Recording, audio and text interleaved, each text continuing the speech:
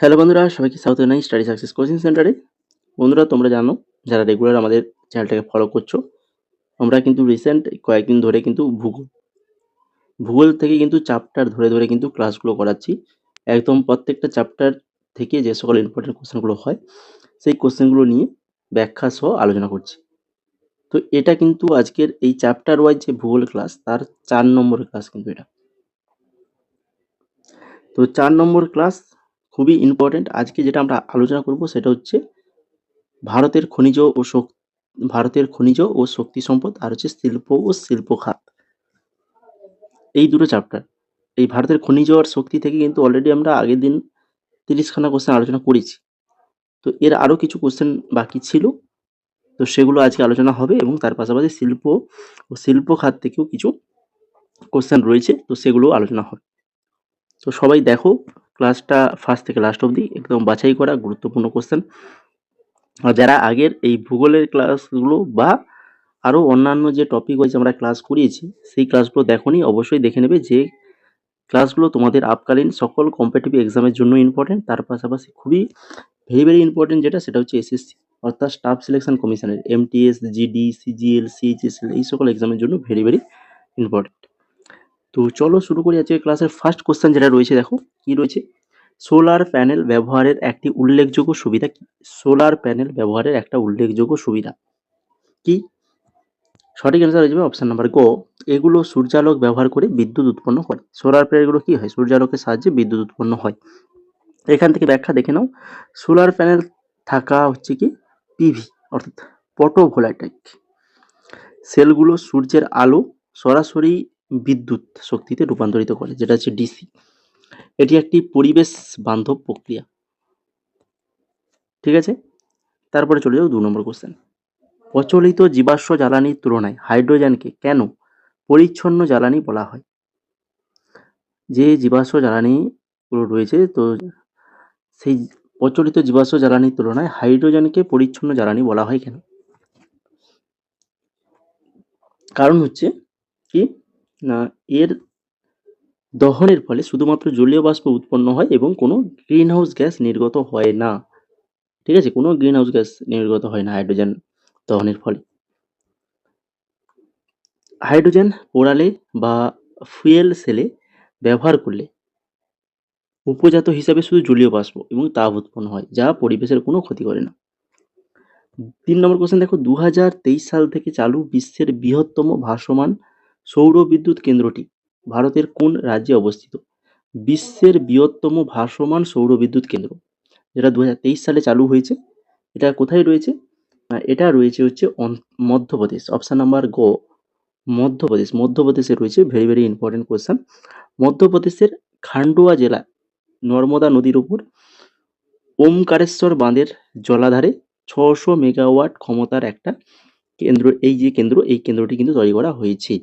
মধ্যপ্রদেশে রয়েছে। ভালো করে মনে রাখো, বিশ্বের বৃহত্তম ভাসমান সৌর বিদ্যুৎ কেন্দ্র। 4 নম্বর কোশ্চেন, কোন শক্তির উৎসটি প্রাকৃতিক উপায়ে অল্প সময়ের মধ্যে পুনরায় পূরণ করা সম্ভব নয়? পুনরায় পূরণ করা সম্ভব নয়, যেটা বলো কোন শক্তি? একবার ব্যবহারের ফলে সেটাকে আর পুনরায় আর পাওয়া যায় না। শক্তিটা যদি আমরা ক্ষয় করে ফেলি, তো ক্ষয় হয়ে যাবে, সেই ক্ষয়টা আর পূরণ করা যাবে না কোনোভাবেই। তো সেটা হচ্ছে কি, সেটা কোনটা? প্রাকৃতিক গ্যাস। প্রাকৃতিক গ্যাস তৈরি হতে লক্ষ লক্ষ বছর সময় লাগে, তাই এটি একটা অনবায়নযোগ্য সম্পদ।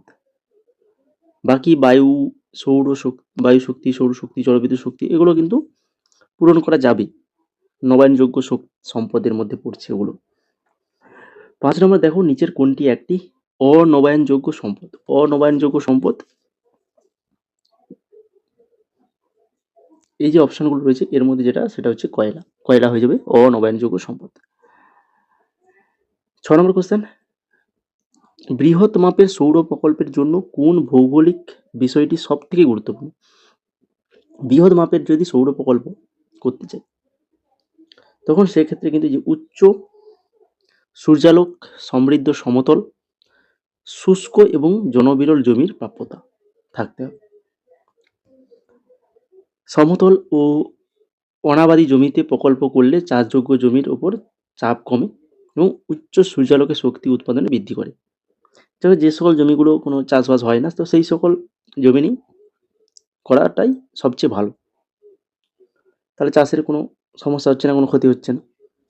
7 নম্বর দেখো, ইন্টারন্যাশনাল সোলার অ্যালায়েন্স অর্থাৎ ISA 2030 সালের মধ্যে সৌর খাতে কত ট্রিলিয়ন ডলার বিনিয়োগ সংগ্রহের লক্ষ্যমাত্রা নির্ধারণ করেছে? ইন্টারন্যাশনাল সোলার অ্যালায়েন্স 2030 সালের মধ্যে সৌর খাতে কত ট্রিলিয়ন ডলার বিনিয়োগ সংগ্রহের লক্ষ্যমাত্রা নির্ধারণ করেছে? সঠিক অ্যান্সার অপশন নাম্বার ক, 1 ট্রিলিয়ন। 1 ট্রিলিয়ন হয়ে যাবে সঠিক অ্যান্সার।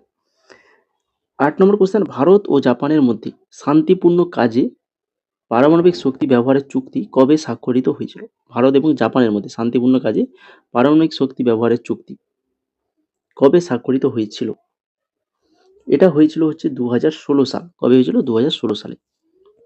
এখান থেকে দেখে নাও, এটি একটি ঐতিহ্যবাহী চুক্তি ছিল, কারণ জাপান প্রথমবার এমন একটা দেশের সাথে পরমাণু চুক্তি করেছিল যারা পারমাণবিক অপসারণ শক্তি NPT তে স্বাক্ষর করেনি। ঠিক আছে। 9 নম্বর কোশ্চেন, তালচের তাপবিদ্যুৎ কেন্দ্রটি ভারতের কোথায় অবস্থিত? তালচের তাপবিদ্যুৎ কেন্দ্র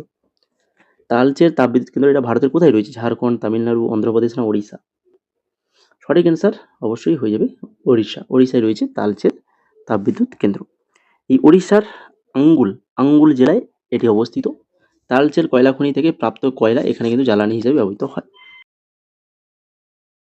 এরপর 10 নম্বর কোশ্চেন কিন্তু রয়েছে অ্যাসেটেশন সার্চের রিজনস, বিবৃতি এবং কারণ থেকে কোশ্চেন রয়েছে। তো এই কোশ্চেন আলোচনা যাওয়ার আগে তোমরা যারা ক্লাসটাকে এখনো লাইক কমেন্ট শেয়ার করোনি, তো অবশ্যই করে ফেলো যদি ভালো লেগে থাকে ক্লাসটা। পরবর্তীতে এই ধরনের ক্লাস যদি আরো পেতে চাও, তাহলে অবশ্যই আমাদের চ্যানেলটাকে সাবস্ক্রাইব করে রাখো এবং আমাদের Telegram channel study success coaching সেন্টারে যুক্ত হয়ে থাকো। স্টাডি সাকসেস কোচিং সেন্টার যে আমাদের টেলিগ্রাম চ্যানেল রয়েছে, ওখানে তোমরা কিন্তু আমাদের ক্লাসের আমরা যে আগে ক্লাসগুলো করিয়েছি তার কিন্তু PDF, সেই ক্লাসের উত্তর সহ কোশ্চেন আনসারের PDF কিন্তু তোমরা পেয়ে যাবে সম্পূর্ণ ফ্রিতে। তো এই জন্য বলছি টেলিগ্রামে জয়েন করে যাও যারা PDF গুলো নিতে চাও। আর বাকি যে আরো অন্যান্য বিভিন্ন রকম তোমাদের কম্পিটিটিভ এক্সামের জন্য যে নোটিফিকেশনগুলো বেরোয় সেগুলো কিন্তু পেয়ে যাবে। তার পাশাপাশি তোমাদের এক্সাম রিলেটেড যে সকল আপডেট, সমস্ত কিছু আপডেট তোমরা পেয়ে যাবে। তোমাদের কিছু জিজ্ঞাসা থাকলে ওখানে করতে পারবে। ঠিক আছে, তো অবশ্যই টেলিগ্রামে যুক্ত হয়ে যাও। আর বাকি তোমরা যদি এই SSC অর্থাৎ স্টাফ সিলেকশন কমিশনের যে এক্সামগুলো হয়, সেটা হচ্ছে MTS হতে পারে, GD, CGL, CHSL, CPO, ঠিক আছে, এই সকল এক্সামের প্রিভিয়াস ইয়ারের জিকে কোশ্চেন আনসার সম্পূর্ণ বাংলাতে যদি নিতে চাও, খুবই স্বল্প প্রাইসের মধ্যে আমাদের কাছ থেকে পেয়ে যাবে। আমাদের হোয়াটসঅ্যাপ নাম্বার রয়েছে, সেই হোয়াটসঅ্যাপ নাম্বারে তোমরা মেসেজ করো। যদি ডেমো দেখতে চাও PDFগুলো, তাহলে আমাদের এই টেলিগ্রামে চলে যাবে। এই টেলিগ্রামে ডেমো লিঙ্ক দেওয়া রয়েছে এবং ওখানে হোয়াটসঅ্যাপ নাম্বারও দেওয়া রয়েছে। 10 নম্বর কোশ্চেন দেখো এখন কি রয়েছে, নিচের যে অ্যাসেলেশন দেখো বিবৃতি কি রয়েছে দেখো, ন্যাশনাল গ্রিন হাইড্রোজেন মিশনের লক্ষ্য ছিল হলো জীবাশ্ম জ্বালানির উপর নির্ভরতা কমানো। আর কারণে কি বলা রয়েছে, এটি পরিবেশ, বন ও জলবায়ু পরিবর্তন মন্ত্রক দ্বারা বাস্তবায়িত হচ্ছে।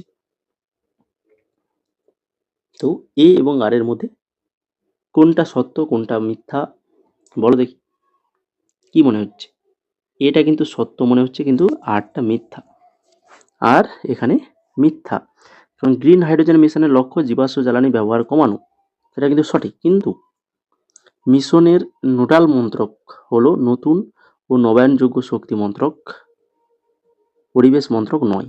পরিবেশ মন্ত্রক দেওয়া রয়েছে না, কি দেওয়া রয়েছে এখানে, এই যে MOEFCC, আর এখানে কি MNRE, এইটা মনে হবে। 11 নম্বর কোশ্চেন, ভারতের প্রথম গ্রিন হাইড্রোজেন হাব কোথায় তৈরির পরিকল্পনা করা হয়েছে? প্রথম গ্রিন হাইড্রোজেন হাব এটা কোথায় তৈরি করার পরিকল্পনা করা হয়েছে? এটা করা হয়েছে অন্ধ্রপ্রদেশ হয়ে যাবে সঠিক অ্যান্সার। অন্ধ্রপ্রদেশের বিশাখাপত্তনমের কাছে পুডিমাদাকায় এটি তৈরি হবে 2025 সালের জানুয়ারিতে প্রধানমন্ত্রীর কিন্তু এর ভিত্তি স্থাপন করেছেন। 12 নম্বর কোশ্চেন, 1959 সালে ভিলাই ইস্পাত কারখানা কোথায় স্থাপিত হয়েছিল? 1959 সালে ভিলাই ইস্পাত কারখানা কোথায় স্থাপিত হয়েছিল? ছত্তিশগড়ে স্থাপিত হয়েছিল। এটি ছত্তিশগড়ের দুর্গ জেলায় অবস্থিত। রাশিয়ার সহায়তায় এটি দ্বিতীয় পঞ্চবার্ষিকী পরিকল্পনায় তৈরি হয়েছিল। কাঁচামালের উৎসের উপর ভিত্তি করে নিচের কোন জোড়াটি সঠিক? কাঁচামালের উৎসের উপর ভিত্তি করে চা খনিজ ভিত্তিক শিল্প, পেট্রোকেমিক্যাল খনিজ ভিত্তিক শিল্প, কফি খনিজ ভিত্তিক শিল্প, আর হচ্ছে পশম বস্ত্র খনিজ ভিত্তিক শিল্প। তো এদের মধ্যে কোন জোড়াটা সঠিক? তো খনিজ ভিত্তিক শিল্প সেটা কোনটা? তো অবশ্যই পেট্রোকেমিক্যাল হয়ে যাবে সঠিক অ্যান্সার। পেট্রোকেমিক্যাল শিল্পে কাঁচামাল হিসেবে খনিজ তেল ও প্রাকৃতিক গ্যাস ব্যবহৃত হয়। অন্যদিকে চা, কফি, পশম এগুলো কৃষি বা পানিজাত শিল্প। 14 নম্বর, ভারতের কোন অঞ্চলটি তার খনিজ সম্পদ ও শিল্প উন্নয়নের জন্য ভারতের রুরো নামে পরিচিত? ভারতের রুরো কাকে বলা হয়? ছোটনাগপুর মালভূমিকে বলা হয় ভারতের রুরো। জার্মানির রুরো অঞ্চলের মতো এখানে প্রচুর কয়লা ও লোহা পাওয়া যায় বলে একে ভারতের রুরো বলা হয়। জামশেদপুর ও বোকারোর মতো বড় শিল্প কেন্দ্র এখানেই কিন্তু রয়েছে। 15 নম্বর কোশ্চেন, ভারতের কোন শিল্পে ম্যাঙ্গানিজের ব্যবহার সব থেকে বেশি? ম্যাঙ্গানিজের ব্যবহার সব থেকে বেশি হচ্ছে ধাতুবিদ্যাতে সব থেকে বেশি ব্যবহার করা হয়। উৎপাদিত ম্যাঙ্গানিজের 90% বেশি লোহাকে শক্ত করতে এবং ইস্পাত তৈরিতে ব্যবহার করা হয়। 16 নম্বর কোশ্চেন, নিচের কোন পণ্যগুলো ভারতের পেট্রোকেমিক্যাল শিল্পের অংশ? এই যে পেট্রোকেমিক্যাল শিল্প একটু আগে বললাম, খনিজ শিল্প, তো এটা পেট্রোকেমিক্যাল শিল্পের অংশ কোনটা? কোন পণ্যগুলো? পলিমার, কৃত্রিম তন্তু, ইলাস্টোমার, না হচ্ছে সারফেক্ট্যান্ট ইন্টারমিডিয়েটস, কোনগুলো হবে? 1, 2, 3, 4 সবগুলোই কিন্তু পেট্রোকেমিক্যাল শিল্পের অংশ। অশোধিত তেল ও গ্যাস থেকে উৎপন্ন এই সবকটি উপাদানই পেট্রোকেমিক্যাল শিল্পের অন্তর্ভুক্ত, যা প্লাস্টিক, কাপড় এবং ডিটারজেন্ট তৈরিতে লাগে। নিচের কোনটি ভারতের প্রধান শিল্পাঞ্চল নয়? মেজর ইন্ডাস্ট্রিয়াল রিজন নয় বলেছে। 5খানা দেওয়া আছে। হুগলি অঞ্চল, কোলাপুর দক্ষিণ কন্নড় অঞ্চল, গুজরাট অঞ্চল, বিশাখাপত্তনম গুন্টুর অঞ্চল, দুর্গ রায়পুর অঞ্চল। কোনটা নয়? সেটা হচ্ছে শুধুমাত্র 2, অর্থাৎ কোলাপুর দক্ষিণ কন্নড় অঞ্চল বাদ দিয়ে বাকি প্রত্যেকটাই প্রধান শিল্পাঞ্চল, মেজর ইন্ডাস্ট্রিয়াল রিজনের মধ্যেই পড়ছে। কি কি দেখে নাও। হুগলি অঞ্চল 2 নম্বরটা বাদ দিয়ে দাও। হুগলি অঞ্চল, গুজরাট অঞ্চল, দুর্গ রায়পুর অঞ্চল, বিশাখাপত্তনম গুন্টুর অঞ্চল। ভারতের 8টা প্রধান শিল্পাঞ্চল রয়েছে। কোলাপুর দক্ষিণ কন্নড় অঞ্চলটি একটি গৌণ বা ছোট শিল্পাঞ্চল হিসেবে বিবেচিত, মেজর নয়। 18 নম্বরে রয়েছে কি দেখো, 2025 সালের মে মাসে কোন অপ্রচলিত পরিচ্ছন্ন জ্বালানি উৎসটি আলোচনার কেন্দ্রবিন্দুতে এসেছে, যা প্রায় 17,000 বছরের শক্তির চাহিদা মেটাতে সক্ষম?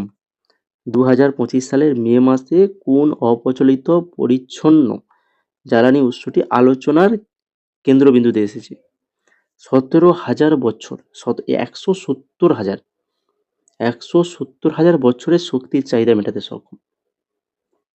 সেটা হচ্ছে প্রাকৃতিক হাইড্রোজেন। এটি পৃথিবীর ভূত্বকের নিচে প্রাকৃতিকভাবে সঞ্চিত থাকে। একে হোয়াইট বা গোল্ড হাইড্রোজেনও বলা হয়। 19 নম্বর কোশ্চেন দেখো কি রয়েছে, খনিজ তেল উৎপাদনের সম্পর্কে নিচের তথ্যগুলো বিবেচনা করুন। 2খানা এখানে তথ্য রয়েছে। অঙ্কলেশ্বর, কালোল, মিহসানা এবং কোসাম্বা হলো মহারাষ্ট্রের গুরুত্বপূর্ণ তেল উৎপাদনকারী অঞ্চল। আর দক্ষিণ ভারতের কৃষ্ণা, গোদাবরী, কাবেরী অববাহিকা খনিজ তেলের সন্ধান পাওয়া গেছে। সঠিক তথ্য কোনটা সঠিক? না, শুধুমাত্র 2 নম্বরটা সঠিক রয়েছে এখানে। দক্ষিণ ভারতের কৃষ্ণা, গোদাবরী, কাবেরী অববাহিকায় খনিজ তেলের সন্ধান পাওয়া গেছে। প্রথম তথ্যটি ভুল, কারণ অঙ্কলেশ্বর কালোল ইত্যাদি অঞ্চলগুলো গুজরাটে অবস্থিত। মহারাষ্ট্রের প্রধান তেল ক্ষেত্র হলো মুম্বাই হাই, এটাও মনে রাখো। 20 নম্বর কোশ্চেন, নিচের কোন জোড়াটি লঘু শিল্প হিসেবে সঠিক? লঘু শিল্প, লাইট ইন্ডাস্ট্রিজ, কোনটা, কোন জোড়া? এই যে সেলাইয়ের কাঁটা এবং বৈদ্যুতিক বাল্ব। লঘু শিল্পে হালকা ওজনের কাঁচামাল ব্যবহৃত হয় এবং উৎপাদনের পণ্য ওজনে হালকা হয়। এগুলো মূলত ভোক্তা পণ্য তৈরি করে এবং এতে ভারী শিল্পের তুলনায় কম মূলধন ও ছোট যন্ত্রপাতির প্রয়োজন হয়। ভারতের কোন শিল্পাঞ্চলটি ঐতিহাসিকভাবে সুতি বস্ত্র শিল্পের আধিপত্যের জন্য বিখ্যাত এবং একে ভারতের ম্যানচেস্টার বলা হয়? ভারতের ম্যানচেস্টার কাকে বলা হয়? পারবে সবাই? আমেদাবাদ। আমেদাবাদ ভাদোদরা শিল্পাঞ্চল। গুজরাটের আমেদাবাদ শহরটি ভারতের ম্যানচেস্টার নামে পরিচিত। সবরমতী নদীর তীরবর্তী অবস্থান এবং নিকটবর্তী অঞ্চলে কৃষ্ণ মৃত্তিকা ব্ল্যাক সয়েল প্রাচুর্য থাকায় এখানে তুলা চাষ, বস্ত্রশিল্পের দ্রুত উন্নতি ঘটেছে। 1861 সালে এখানে প্রথম সুতি কল শাহাপুর মিল স্থাপিত হয়। 22 নম্বর কোশ্চেন, রাউরকেল্লা ইস্পাত কারখানা কত সালে স্থাপিত হয়? রাউরকেল্লা ইস্পাত কারখানা এটা হয়েছিল 1959 সালে। কবে হয়েছিল? 1959 সালে। ওড়িশার রাউরকেল্লায় অবস্থিত এই কারখানাটি দ্বিতীয় পঞ্চবার্ষিক পরিকল্পনার সময় জার্মানির কারিগরি সহায়তায় গড়ে তোলা হয়েছিল। 23 নম্বর, ডিগবয়, মরান, শিবসাগর, নাহারকাটিয়া তেল খনিগুলো ভারতের কোন অঞ্চলে অবস্থিত? বলো। ডিগবয় তৈলখনি কোথায় রয়েছে? এটাই তো জানলে হয়ে যাবে, এটাই তো বারবার বেশিবার আমরা পড়েছি, তাই না? উত্তর পূর্ব ভারত, উত্তর পূর্ব ভারতে অবস্থিত। এই সবকটি তেল খনি আসামে অবস্থিত। আসামের ডিগবই মতো এশিয়ার প্রথম তেল শোধনাগার। এখান থেকেই উত্তোলিত তেল পাইপলাইনের মাধ্যমে গুয়াহাটি এবং বিহারের বরৌনি শোধনাগারে পাঠানো হয়। তারপরে দেখো 24 নম্বর কোশ্চেন, নিচের বিবৃতি এবং কারণ বিবেচনা করো। এ এবং আর, অ্যালুমিনিয়াম গলানো ভারতের সবথেকে গুরুত্বপূর্ণ ধাতু শিল্প, আর অ্যালুমিনিয়াম বিমান, তার এবং বাসনপত্র তৈরিতে ব্যবহৃত হয়। এ এবং আর, এ হচ্ছে মিথ্যা কিন্তু আরটা এখানে সত্য, আরটায় সত্য বলা আছে, এটা কিন্তু এখানে মিথ্যা। কেননা ভারতের সবথেকে গুরুত্বপূর্ণ ধাতু শিল্প হলো লৌহ ও ইস্পাত শিল্প, অ্যালুমিনিয়াম নয়। তাই বিবৃতি এটা ভুল। তবে অ্যালুমিনিয়াম হালকা ধাতু হয়, এটি বিমান নির্মাণ, বৈদ্যুতিক তার তৈরিতে ব্যাপকভাবে ব্যবহার করা হয়। 25 নম্বর কোশ্চেন, আজকে ক্লাসের শেষ কোশ্চেন, লাস্ট কোশ্চেন কি রয়েছে? সৌরশক্তি উৎপাদন সম্পর্কে নিচের তথ্যটি কোন তথ্য সঠিক? দুটো তথ্য রয়েছে। সৌরশক্তি একটি নবায়নযোগ্য শক্তি যার পরিচালন খরচ কম এবং পরিবেশের উপর প্রভাব সামান্য। আর কামতি সোলার পাওয়ার প্রজেক্ট ভারতের অন্যতম বড় একক স্থানের সৌর বিদ্যুৎ কেন্দ্র। দুটোর মধ্যে কোনটা সঠিক? না, দুটোই সঠিক, এক এবং দুই দুটোই এখানে সঠিক রয়েছে। কামথি সোলার প্রজেক্ট তামিলনাড়ুতে অবস্থিত। 2025 সালে পরিসংখ্যান অনুযায়ী ভারতের সৌরশক্তির উৎপাদনে বিশ্বের তৃতীয় স্থানে রয়েছে। কামথি সোলার প্রজেক্ট মনে রাখো, তামিলনাড়ুতে রয়েছে। তো এই ছিল আজকে গুরুত্বপূর্ণ 25খানা কোশ্চেন। এইভাবে কিন্তু আমরা আগেও ক্লাস আলোচনা করেছি ব্যাখ্যা সহ। তো আজকে ক্লাসটা যারা এখনো লাইক করোনি, শেষ পর্যন্ত দেখেছো মনে নিশ্চয়ই ক্লাসটা ভালো লেগেছে। যারা শেষ পর্যন্ত দেখেছো অবশ্যই লাইক, কমেন্ট, শেয়ার করে যাও এবং চ্যানেলটাকে সাবস্ক্রাইব করে দেবে। যারা এখনো পর্যন্ত সাবস্ক্রাইব করোনি তো অবশ্যই চ্যানেলটাকে সাবস্ক্রাইব করে রাখো, তবে গিয়ে তোমাদের কাছে কিন্তু ক্লাসগুলো পৌঁছবে, নাহলে কিন্তু পৌঁছবে না, ঠিক আছে? আর বাকি আমাদের টেলিগ্রামে জয়েন করে যাবে, ওখানে তোমরা ক্লাসের ভিডিওগুলো পেয়ে যাবে এবং নতুন নতুন যে নোটিফিকেশানগুলো বেরোয় সেগুলো তোমরা ওখানে আমাদের টেলিগ্রামে পেয়ে যাবে এবং বিভিন্ন এক্সাম রিলেটেড আপডেটগুলো আমাদের ওইখানে দেওয়া হয়। এছাড়া তোমরা যদি প্রিভিয়াস ইয়ারের জিকে কোশ্চেন আনসার এসএসসির নিতে চাও বা আমাদের ওয়েস্ট বেঙ্গল এক্সামের জন্যও যদি প্রিভিয়াস ইয়ারের জিকে কোশ্চেন নিতে চাও তো অবশ্যই আমাদেরকে মেসেজ করো। আমাদের কাছে খুবই স্বল্প প্রাইসেই আমাদের কাছে পিডিএফগুলো পেয়ে যাবে। এমটিএস রিসেন্ট যে এমটিএস হয়েছে সেই এমটিএসের জিকে এবং ইংলিশ কোশ্চেন তোমরা পেয়ে যাবে। ইংলিশ একদম ব্যাখ্যা সহ, বাংলা ব্যাখ্যা সহ করেছি আমরা পিডিএফ রেডি। ডেমো দেখতে চাইলে টেলিগ্রামে চলে যাবে বা আমাকে মেসেজ করে বলো। আর এখানে দেখে নাও একের পর এক কোন পিডিএফের প্রাইস কি রয়েছে। তোমাদের যেটা প্রয়োজন হবে, যেটা তোমরা নিতে চাইবে সেটা লিখে আমাকে মেসেজ করবে বা এখান থেকে স্ক্রিনশট নিয়ে আমাকে বলবে যে এটা আমি নিতে চাই। তো তো আমি সেখানে বলে দেবো যে কীভাবে তোমরা পেমেন্টটা করবে। পেমেন্ট করলেই তোমরা পিডিএফগুলো পেয়ে যাবে এবং পিডিএফগুলো তোমরা প্রিন্ট আউট করতে পারবে, ঠিক আছে? তোমরা আমাদের পিডিএফগুলো তোমরা কিন্তু প্রিন্ট আউটও করে নিতে পারবে। সেভাবেই তৈরি করা হয়েছে, খুবই স্বল্প প্রাইসের মধ্যেই পিডিএফগুলো পেয়ে যাবে। আরআরবি, এনটিপিসি, গ্র্যাজুয়েশন এবং আন্ডার গ্র্যাজুয়েশনেরও পিডিএফ রয়েছে আমাদের কাছে। কারেন্ট অ্যাফেয়ার্স 2025 রয়েছে। সিপিইউ দেখো, এসএসসি সিপিইউ 2025-এর যে জিকে কোশ্চেন আনসার মাত্র 13 টাকায় পেয়ে যাবে এই পিডিএফটা।